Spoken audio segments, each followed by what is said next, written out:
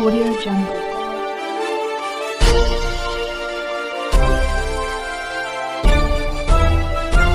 Audio Jungle.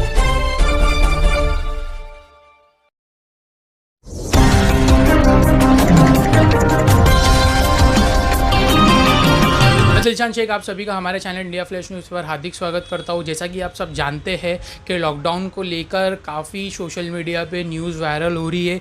इसी को देखते हुए एक वीडियो भी वायरल हुई थी, जो वीडियो थी आमिर इकबाल नातिक साहब की, जो इस वक्त हमारे साथ मौजूद है। तो जानते हैं उनका ये वीडियो बनाने का मकसद क्या था और लॉकडाउन के ऊपर उनका क्या विचार है। भाई मेरा लॉकडाउन के ऊपर सिर्फ एक बनाने का वीडियो एक ही मकसद था कि लॉकडाउन सलूशन नहीं है।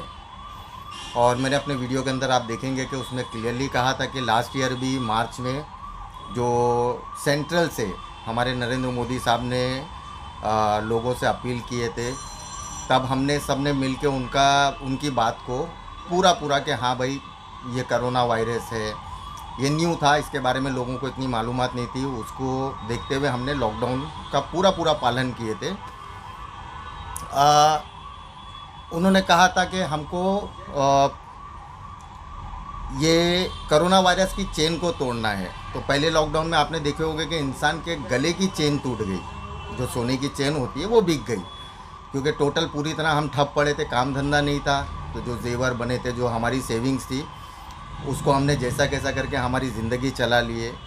अभी के लॉकडाउन के अंदर जो मुंबई महाराष्ट्र के अंदर बोला जा रहा है कि भाई फुल लॉकडाउन लगाया जाएगा, तो सरकार को ये भी सोचना चाहिए कि इस कोरोना वायरस की चेन को तोड़ने के लिए अब हमारा चैन और सुकून टूटता जा रहा है।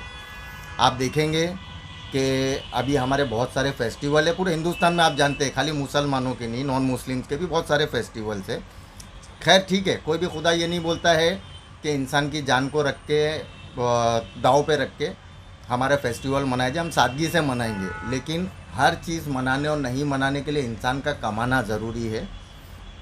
अगर आप फुल लॉकडाउन लगा दोगे तो हम कहाँ से कमाएंगे। खासकर मुंबई में तो आपने देखा होगा कि दो ही तरीके के लोग आपको मिलेंगे, जो पैसे वाले हैं, बहुत पैसे वाले हैं, जो गरीब हैं वो पूरी तरह गरीब हैं। जैसा कि आपने आपकी वीडियो में कहा था, कुछ पॉइंट्स की अहम बातें आपने कही थी। हॉस्पिटल में जब हम इलाज के लिए जाते हैं तो वहाँ पर पैसा देने के बाद भी वहाँ पर हमसे ज़िम्मेदारी हॉस्पिटल वाले नहीं रहते हैं। तो आपने कहा था कि ये सिस्टम कोरोना के ऊपर भी लागू किया जाए। हाँ बिल्कुल, क्योंकि आप देखोगे कि वैक्सीनेशन की बात हो रही है, तो आपने मीडिया के ऊपर देखा होगा कि बड़े बड़े हमारे सेलिब्रिटीज़ और नेतागण ये लोग वैक्सीन ले रहे हैं। आम पब्लिक को तो वैक्सीन मिल रही नहीं, और वैक्सीन की शॉर्टेज बताई गई महाराष्ट्र के अंदर। सेंट्रल से वैक्सीन मांगी गई, सेंट्रल से वैक्सीन आ रही नहीं है। तो अब वैक्सीन के खेल के अंदर हम अपनी ज़िंदगी कैसे सर्वाइव करें, तो उस पर मैंने एग्जांपल दिया था। जिस तरह हम हॉस्पिटल में जाते हैं, तो अगर ऑपरेशन के लिए जाते हैं तो हमसे एक फॉर्म साइन कराया जाता है कि भाई अगर इस पेशेंट को, आपके पेशेंट को अगर ऑपरेशन थिएटर में कुछ होता है तो उसकी ज़िम्मेदारी हॉस्पिटल की या डॉक्टर की नहीं होगी। तो हम भी बोले कि हमसे भी फॉर्म साइन करा दो, वैक्सीन मत दो, लेकिन हमको चैन से जीने दो, हमको कमाने दो यार, हमसे फॉर्म साइन करा लो कि अगर हमको कुछ होता है तो हम साफ बोल रहे हैं कि इसमें सरकार की कोई जिम्मेदारी। अच्छा आप चलिए बताइए, लॉकडाउन से आप भी एक आम इंसान हो, क्या इसके अंदर आपको लगता है कि कोई फ़र्क पड़ेगा?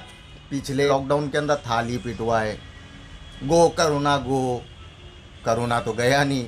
उसके बाद लाइट बंद करवा दिए, फिर उसके बाद लाइट जलवा दिए। लेकिन हमारे पीएम साहब ने तो कहा था कि हमको कोरोना के साथ ही जीना पड़ेगा, क्योंकि अभी 1 साल पहले ही कोरोना आया है, तो उसको हमने स्टडी किया अच्छे से, तो भी ये बीमारी का हल नहीं निकल पा रहा। हमारे पास वैक्सीन भी मौजूद है लड़ाई करने के लिए, तो भी फिर लॉकडाउन क्यों? देखिए अभी आपको और सारे आपके जितने भी लोग हैं उनको हंसी आएगी। हाँ, कोरोना का इलाज है, लेकिन हार्पिक वाले के पास है, डिटॉल वाले के पास है। इनके प्रोडक्ट पे साफ लिखा है कि ये कोरोना के वायरस को किल करता है।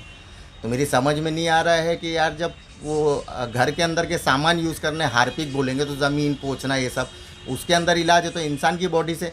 आप पहले खेल को समझिए। मैं ये नहीं बोलता हूँ कि कोरोना नहीं है, लेकिन कई वीडियोस आ चुके हैं कि कोरोना से हमको डरना नहीं है, इससे लड़ना है। लड़ने का मतलब हमको उतरना पड़ेगा मैदान में। और ये भी मैं मानता हूँ कि पब्लिक जो गवर्नमेंट की गाइडलाइन आ रही है कि सोशल डिस्टेंसिंग का पालन नहीं कर रही है, मास्क नहीं पहन रही है, ये हमारी गलतियां हैं, लेकिन हमको अवेयरनेस अब तक के गवर्नमेंट की तरफ से नहीं मिला है। मोदी साहब ने तो बोल दिया कि हमको कोरोना के साथ में जीना है, लेकिन हर स्टेट के सीएम को भी तो उन्होंने अथॉरिटी दे दी है ना। उन्होंने अपने गले से तो हार निकाल लिए कि मेरी सीट बचे रहे, अब स्टेट के सीएम के गले में डाल दिए। वो बेचारे परेशान हो रहे हैं इस चीज़ को लेके। सेंट्रल को भी तो कुछ मदद करना चाहिए ना। सेंट्रल होता क्यों है भाई? हमारे प्रधानमंत्री बनाए क्यों जाते हैं? अब तक क्या हमको कोई भी चीज़ की इसमें फैसिलिटी ना मिली थी, ना मिली है और ना मिलेगी। हाँ, इसके अंदर सबसे अच्छा अगर कोई काम कर रहा है तो वो डॉक्टर्स कर रहे हैं। मैं खासकर हमारे सीएम साहब को बोलूँगा कि आप ये अलग अलग पार्टी के नेताओं को बुला के कि क्या करना है, केसेस बढ़ रहे हैं, क्या करना है, ये उनसे क्या पूछ रहे हो? कोई एक एरिया तो बताओ जो डेवलप हो, कोई एक एरिया तो बताओ जिसमें पिछले लॉकडाउन के अंदर कॉरपोरेटर, एमएलए, एमपी या कोई मिनिस्टर उतर के मदद की हो। आप और मेरे जैसे आम लोगों ने, सोशल एक्टिविटीज़ लोगों ने, जिनकी एनजीओस थी, उन लोगों ने मदद की, लोगों को खाना खिलाए, दवा दिलाए, हॉस्पिटल का किए। मेरी रिक्वेस्ट ये है सीएम साहब से कि चूँकि आप क्या बोलते महाराष्ट्र में और ख़ासकर मुंबई में सेना का बड़ा दबदबा है, और आपने देखे होगा कि सेना की हर जगह शाखा है। सीएम साहब सबसे पहले इस काम के अंदर अपनी शाखा वालों को बुलाएं, शाखा वालों को बोलें कि भाई जो लोकल आपकी जो एरिया के अंदर हॉस्पिटल्स पड़ते हैं, इनके अंदर पूरा ध्यान दें। दवा कैसी चल रही है, मेडिकल्स पे दवा ब्लैक में तो नहीं बेची जा रही है। और शाखा वालों को बोलें कि लोगों को जो गरीब हैं उनको खाना खिलाएं। तो आप देखोगे खुद ब खुद ऑटोमेटिकली सारी चीज़ सॉल्व होती है, और इसका हल सिर्फ और सिर्फ डॉक्टर्स के पास है। आपको चाहिए कि हर हॉस्पिटल के एक बड़े डॉक्टर को जो सर्दी बुखार के ऊपर काम करता हो, उनको बुला के उनसे राय मशवरा करें। इसके अंदर सबसे इम्पोर्टेंट क्या है कि अगर आप देखोगे कि धार्मिक स्थल आपने बंद किए हो ना, अभी पंढरपुर के अंदर, महाराष्ट्र में, पंढरपुर महाराष्ट्र के बाहर है क्या? नहीं, महाराष्ट्र के हाँ, अगर आप देखोगे तो पंढरपुर के अंदर कितनी बड़ी रैली चल रही है, सभाएं चल रही है। चाहे एनसीपी हो, उनका वीडियो आया कि अरे अजीत दादा पवार इतने लोगों को लेके बात कर रहे हैं। अरे तो जो आवाज़ उठा रहे थे, अभी मालूम पड़ा, मेरे पास तो विद एविडेंस मेरे वीडियो के अंदर है कि देवेंद्र फडणवीस भी साहब भी वहाँ पर, जो हमारे पिछले सीएम थे, वो भी जाके रैली ले रहे हैं।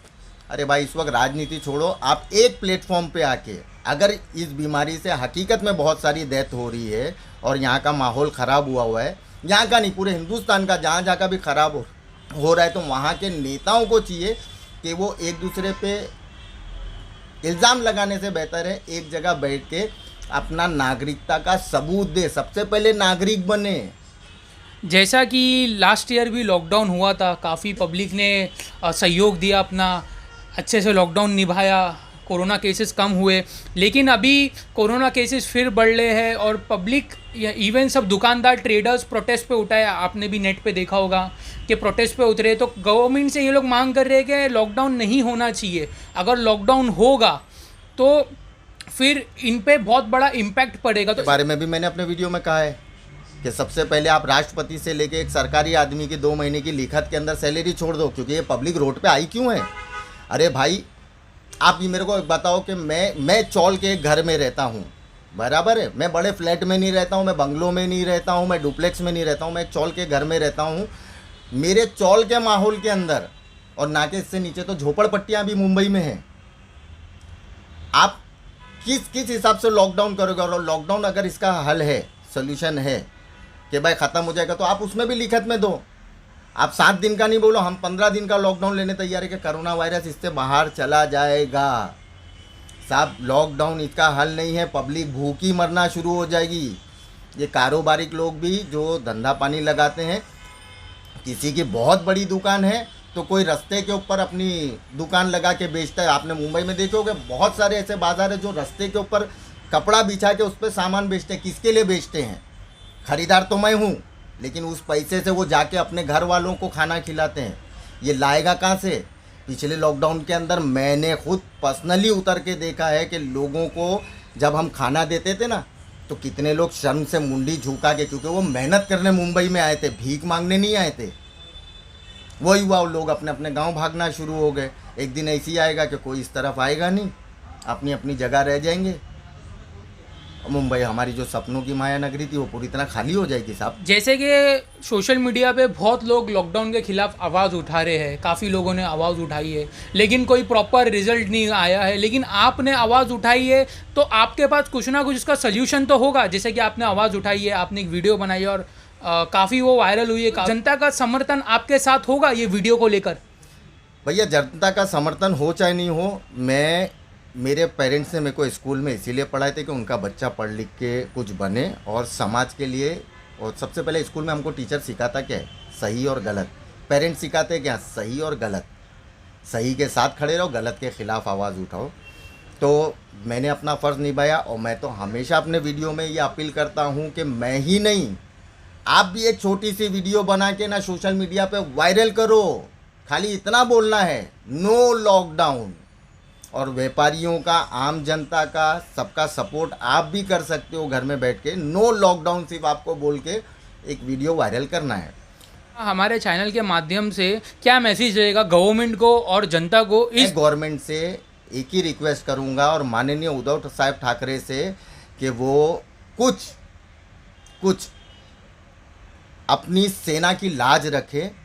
आप पूरे मुंबई शहर में, पूरे महाराष्ट्र में आपके छोटे छोटे सेना के वो क्या बोलते हैं शाखाएं हैं, शाखा वालों को बुलाएं, उनसे मीटिंग ले, उनको बोलो कि इसका हल हॉस्पिटल में है, रोड पे नहीं है। क्योंकि पेशेंट घर पे नहीं रहता है, जाता है हॉस्पिटल में इलाज कराने। हॉस्पिटल में जाके देखें कि इलाज डॉक्टर बराबर कर रहे हैं कि नहीं, गरीब को दवा दारू बराबर मिल रही है कि नहीं। फिर शाखाओं के करीब में, एरियो के अंदर ना दें लोगों को, क्योंकि शाखा का काम क्या है, लोगों के हक के लिए लड़ना। बाला साहब ठाकरे ने शाखा बनाई क्यों थी? हर एरिया में शाखा बनी हुई है। तो हमारे माननीय उद्धव साहब ठाकरे को यही करना चाहिए। और ना कि वो तो दो बड़ी दिग्गज पार्टियों के साथ में बैठे हुए हैं, एनसीपी और कांग्रेस।